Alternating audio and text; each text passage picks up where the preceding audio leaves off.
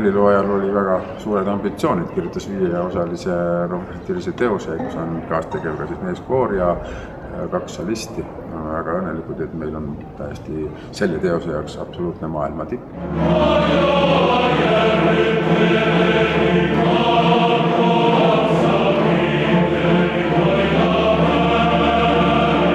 See on nagu loomuslugu, mis algab eelkaosega ja kus on suur pauk ja võib-olla loodushääled, siis võib-olla tulevad inimesed, on hümn ja siis võib-olla tuleb mingisugune ülemine jõud, võib-olla on see jumal, siis käib võitlus, torm, jälle jumal sekkub, jälle võitlus, jõutakse katastroofilise hetkeni, pärast seda toimub taandumine ja viimastes taktides on harmoonia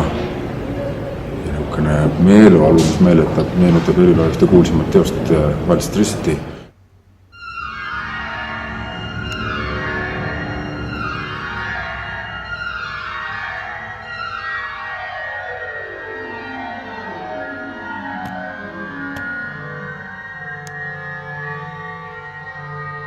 Teose nimi on Elamata elude paine, sõda, häving,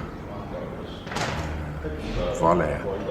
Ma arvan, et on kohutavalt tähtsad teemad meie igapäevases elus praegu eriti.